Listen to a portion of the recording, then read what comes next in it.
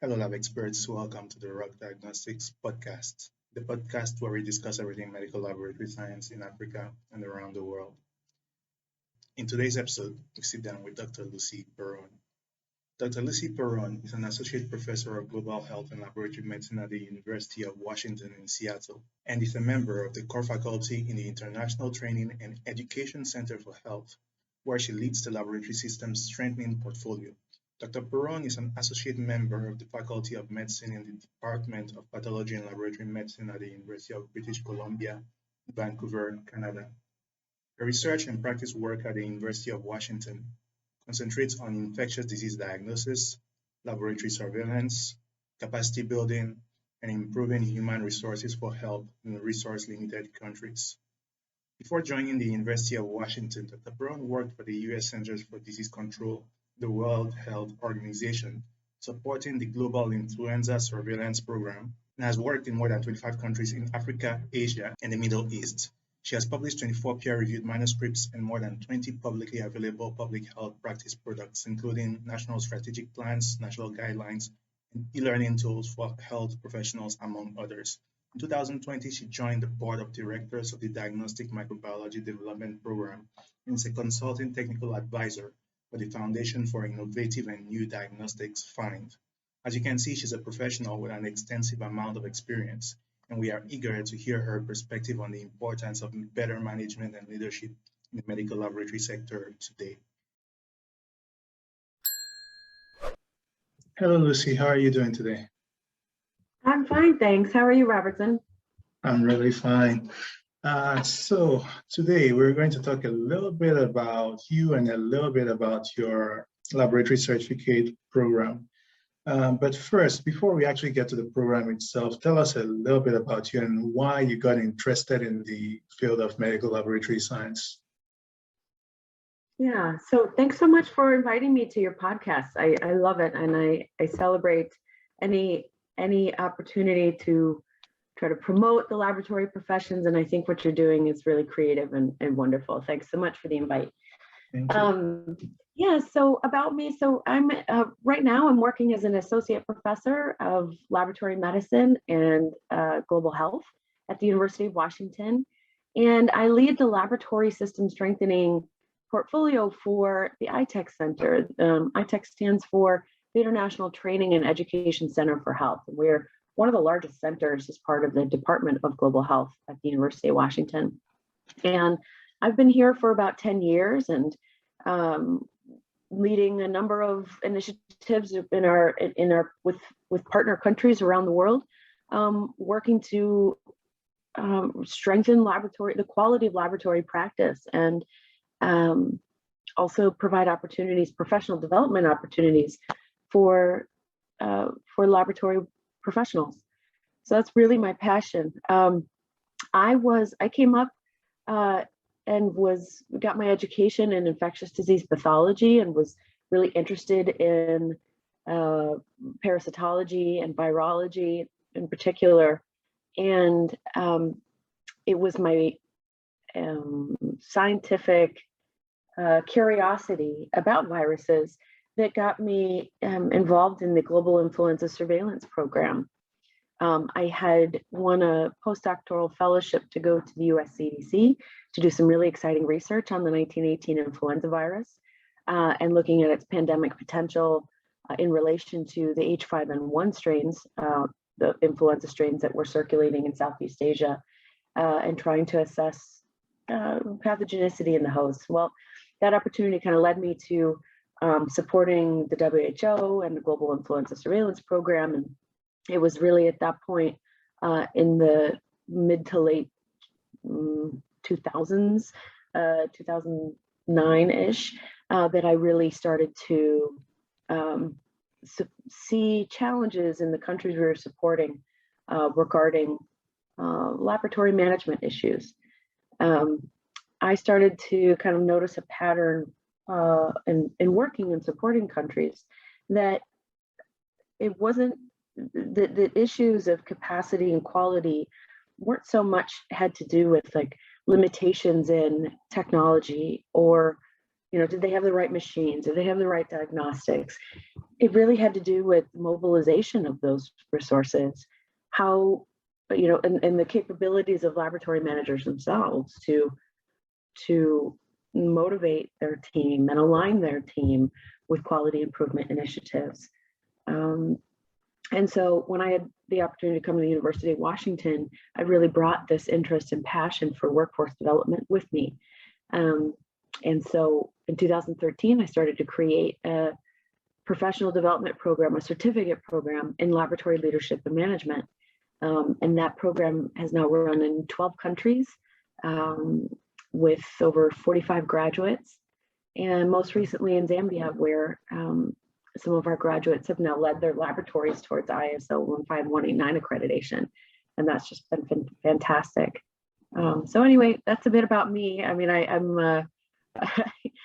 a champion of clinical labs and public health laboratories, and really the people that make them run. These laboratories are people-driven organizations at the end of the day. They're not just a room full of machines that run themselves. And I think people make the difference. Yeah, that's very true. Without the people, the machines, of course, can't run. And of course, people also need to be there to create the machines and then make sure they're running properly. So yeah, the service you're providing is extremely important. And I was wondering, what are some of the challenges you've been seeing or you've had to face over the years as far as the program is concerned? Well, the certificate program itself, one of the challenges there is, well, one of the wonderful things is that it was developed and implemented thus far with some really significant grant funding, and that's wonderful. But what it does is it limits participation by people who are really kind of hand selected as fellows to be part of the program and become graduates of the program, receive that training. One of the things I'm working on this year is trying to really improve global access to that program, to that training. And one of the ways to do that is to try to reduce the cost of offering it fully online, and coming up with a fee-based structure that makes it approachable for people both from the global south and also from the global north, so that every year we have a rich cohort of people, a diverse group of people moving through the program and getting that training and collaborating with each other, building this community of practice, and really improving the accessibility to this kind of education and training for laboratory professionals. So that's one of the things I'm working on this year. But that's been a challenge is when it was grant funded only, convincing grant makers and donors that this was an area that really needed investment. Investing in people and systems, health systems, these can be difficult to measure the impact of those investments. And so it's not as attractive to some donors to invest in workforce training programs like this when they can point to something very concrete. Let's say we're developing a new diagnostic test for malaria, for example, where that investment is really very clear. Investing in people and systems takes time. You often don't see the results for a couple of years, but it's no less significant. And in many ways, I think it creates ripple effects, because those leaders then go on to be mentors for others, and they help advance the profession and advance the quality agenda in the places where they work, both at the community level and at the national level. Yeah. So, yeah. And I think what's also interesting is that when you invest in people, they're happier to come to work.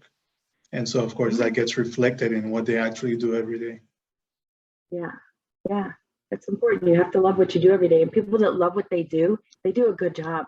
Yeah, right? true. They work hard. Yeah. All of the quality improvement initiatives that have been taking place, particularly across the continent of Africa, I really don't see how countries, communities, from the district level to the national level to the regional and continent-wide level, I don't see how countries are going to meet their accreditation goals if they don't invest in their laboratory managers as people, as leaders. I think the key to moving from, let's say, implementing a quality management system and then taking that the next step towards having that laboratory be compliant with, let's say, ISO 15189, that step has, I think, very little to do with the resources that you put in that facility in terms of its, machines, its, processes. I think it all comes down to investing in managers. Yeah. But that's my bias, but that's my opinion. Mm-hmm. And I was just wondering, when it comes to those who have been going through the course, what have they found the most challenging? Like to learn, to actually adapt to? Yeah. Or what have they found? What's the concept that they've been telling you they found maybe the most important, or maybe the most foreign, something they'd never thought about before? Yeah, I mean, I think it's very individual, right? And I've heard different people say different things about what particular topics really resonated with them the most. Yeah. One that comes up a lot is appreciation for the skills that they were able to develop around change management and how to motivate a team and align a team to want to pivot and transition and adapt change, because change is hard and change is psychologically scary, right? And so these skills that managers need to build, we tend to think about, okay, well, here's the SOP, here's the protocol, here's the stepwise process for how you implement change.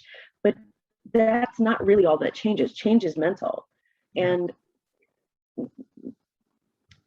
a piece of feedback I get a lot is appreciation for these added skills that people have acquired through the program in how to work with others, to work with their subordinates, to be ready for change and implement. Yeah. Yeah, I think that's something that. This program focuses a lot on what I call the human skills. Sometimes they're called soft skills, but I don't think they're soft at all. It's the human skills of how we relate to each other. What motivates people, right? What motivates people not just to come to work every day, but to really excel. And when we talk about quality improvement, achieving, and in quality in the laboratory, we're talking about accuracy, timeliness, reliability. We're talking about those things. You're asking someone, let's say, all right, well, I want you to develop 10 SOPs that break down the stepwise process for what you're doing here. It can seem like extra work, but if somebody buys in to that quality vision, then it becomes part of their routine work. And it's a lot easier to get people on board when they can see the vision, they can see the outcome of that work. Yeah, it's true. They need to see exactly where they're going, because sometimes in some labs, that's the problem. The people don't necessarily have a vision. Like the vision they have is like the end of the day. They come in the morning and then they're dreaming of when they're going to leave. But and then sometimes, of course, there's a lot of work, and then they keep thinking about when you come to them and then you tell them that you want to do anything extra. In many cases, the first thing that goes through their mind is, I already have all that to do. How do you want me to do this? But even more, why exactly do you want me to do this? Because sometimes the leaders don't exactly know how to explain why it is that they're trying to go in that direction. Sometimes even, I have the feeling, sometimes they don't even know exactly why, but because they believe it's something that other labs do, they want to do it, but they can't really articulate it.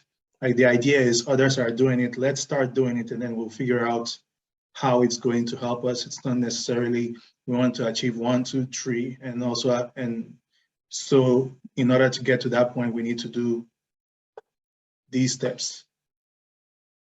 Yeah. Yeah, absolutely. It's about communicating that vision and also involving your team in the development of the plan for how to achieve that mission, right? Getting their input on that. I think that getting their input and their buy-in and really just over communicating that.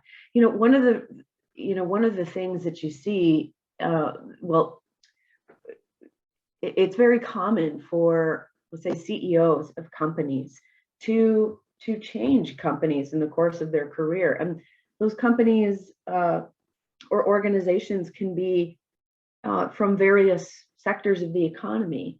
Having leadership skills where you know how to establish a vision based on your market analysis and align an organization and align people with that. Those are transferable skills that leaders, that managers need to have, and that laboratories are no different. And so that's the kind of philosophy I take. Yeah. And in practice over the years, it's been more than 6 years now. What have been some of the are there some profiles you can share with us of some cases in which you believe the program had a particularly big impact? Some situations in which it helped a lot. Yeah, I mean, most recently the program was taken up by students in Zambia with support from the Ministry of Health there and the US CDC. And that program ran for 2 years and included both managers, heads of laboratories, but also the quality managers. And that approach to bring both of those two key positions together to go through the curriculum together and work on a quality improvement project together and with their teams has really had some pretty profound impact. Now, there's been a lot of other investments made in the Zambian laboratory system, and so this program certainly can't take credit for all of the good things that have come from it. But I know from talking with our graduates that the skills that they built in this program directly influence their abilities to pursue ISO accreditation and achieve that. Five of the laboratories that participated in the program in Zambia have ISO accreditation now, which is one. Graduates have gone on to do amazing things. One of them is writing a book about his experience going through this as kind of a self-help guide to others, like a manual of sorts, to talk about those human skills that you need, as well as those quality improvement processes that are tried and true. Yeah. And that's been incredible to watch him feel so motivated by this and so inspired by this that he's wanting to then amplify that message and translate it into actually something that's going to help his peers. Yeah, I think he's that will be a rising star to watch. But there's other graduates too that have gone on to do some amazing things. Yeah. All right. And are there some other countries you've had in mind that you've been over the years looking at and that you'd really like to work in? Oh my goodness, every place is wonderful, right? I would love to go. Would love to go and bring this program anywhere. One of the fun things that we did early on in the program was to take a regional approach, and this was done with 10 countries across the Middle East and North Africa. And that was really fun because we had 1 or 2 students from each of those countries really participating as part of this cohort that was regional. And so they're bringing their own laboratories, perspectives, their particular challenges. But what they found in that process was that you start to recognize that your challenges aren't unique to yourself. Somebody in Morocco is having the same challenges as someone in Jordan. And so by being part of this group together, this community of practice, you're able to learn and share with each other some of your best practices. So one of the wonderful things I saw was not just them being inspired by the curriculum that teachers developed, that thought leaders developed, but that they're learning from each other, and they're learning to problem solve with each other, and in some ways in very kind of culturally contextual ways, particularly when it comes to the human skills that they're developing and they're trying to translate. And I think that's that kind of approach would work really well. And that's why I'm excited to open up the global access to this program, because the curriculum will be offered asynchronously. So it doesn't have, you don't have to be in real time to, let's say, watch a lecture or participate in a discussion board with your peers or your teachers. It's all happening on a weekly basis. And no matter where you are in the world, whatever time zone, you can be logging into the learning management system and collaborating and learning.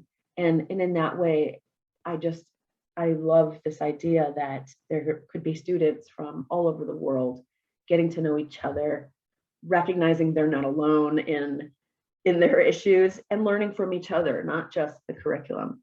And I think that's really powerful. Yeah, it's true. It's really powerful, because even I myself getting in contact with other medical laboratory scientists from across the world, like through Facebook groups, through LinkedIn groups, and so on and so forth, you realize that the problems you face, apart from maybe the technical problems, all the rest is pretty much always the same. Like, it's people problems, it's leadership problems, it's management problems. And so those are things we all have in common. And at the end of the day, working together always helps us figure out how to solve these problems a lot better. Yeah, for sure. Right now the program is conducted entirely in English. I would love to build a curriculum and offer a program that's in French as well. So, I've led a project in Cote d'Ivoire. We have been supporting, ITech has been supporting the Ministry of Health there actually the last 10 years. I would love to make this curriculum more accessible to Francophone people. And that means re-recording, redeveloping the program, but with native Francophone speakers, native Francophone experts in laboratory practice and in leadership, and open up the accessibility to that. I think that'd be really fantastic. Yeah, that'd be wonderful, because there's always demand in this sector. So in French-speaking countries, there's a lot of demand in this sector, because in the universities, in general, that's not something that students go through. Like, even when they get to the master's level, it's still very technical. So there's not a lot of talk of management or leadership or anything of that nature. And so for the most part, when people finish, then they have to be on the field and then try to figure things out as they're going along. So you'll get lots of discrepancies moving from one lab to the other. Some where maybe the quality is not that good, some where the quality is really good. But in all cases, it's just the person that is trying to figure out what to do as they're going along. Now, someone who is interested in this global program and who would want to take part in that, by when would they be able to have access to that? I know you're still working on it, but what's the plan? Yeah, still working on it. I hope that by the end of August, well, hopefully a little bit before that, but we will have all of the program ready to go to be offered online and open for enrollment this coming summer. So July, August, I would say, to take a look at the University of Washington's website, Department of Laboratory Medicine and Pathology. It'll be a collaboration between laboratory medicine and global health. And so, yeah, it should be ready to go July, August. All right. And for anyone who wants to get in contact with you, let's say there's a university from let's say an African country that's watching this, I'd like to get in contact with you, maybe talk about possibilities for collaboration, or there are other people who are interested in getting in contact with you, how could they do that? What would be the best method? Yeah, I think you can find my faculty page through the university website. So you can just type in my name there and it'll pull up my faculty profile and you can get in contact with me there. I would love to hear from universities from around the world who might want to collaborate with this. I think what will really drive the value of this program for people is if they can get recognized at university credits or CPD, CME credits, depending on their country and their kind of system for licensure, however that works in their country. I would love to create kind of twinning partnerships with organizations to be able to really increase the value of that for them. So I look forward to hearing from you. All right. Thanks a lot for taking the time to speak to us today. It's been wonderful and very enlightening. I'm sure there are lots of people who find this an interesting opportunity and who hopefully will start preparing to take part in your program by next year, hopefully by August. Yeah, I hope so. And I hope that the organizations in which they work will look at a program like this and see the value in investing in it. This will be a fee-based program, not offered as a fellowship for free like it has in the past. But I hope that people would be able to pursue sponsorships by their employers to take this program, because it will benefit the employers themselves by having their managers trained like this. Yeah. As you said, when we come up through school, we don't get training in management. You're taught how to do, laboratory-based testing, bench level based testing, and techniques, and you're not really taught those human skills. We have to kind of learn that as we go. But I believe that leaders can be taught. I believe leaders are not just born. People aren't just born that way, that you can acquire the skills through education and training, and then anyone can be a leader. That's definitely true. Yeah. Thanks a lot for being. Leaders come from everywhere. Yeah. So thanks again for this discussion. Yeah, and thank you so hopefully much, we'll have another one soon, very soon. Yeah, I look forward to it. Thanks so much. Thank you. Bye-bye. Thanks. Bye.